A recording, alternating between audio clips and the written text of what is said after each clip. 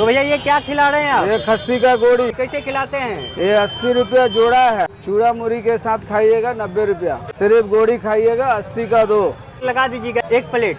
मुरी आएगा। अच्छा मूढ़ी इसी के साथ खाया जाता है। हाँ चूड़ा, ये आ गया चूड़ा, ये गोड़ी। गोड़ी अच्छा 1 पीस आ गया। ये खाने से होता क्या है? इसमें कैल्शियम पाया जाता है, फुल कैल्शियम होता है इसमें। ये 2 पीस आ गया और ये जाएगा ग्रेवी।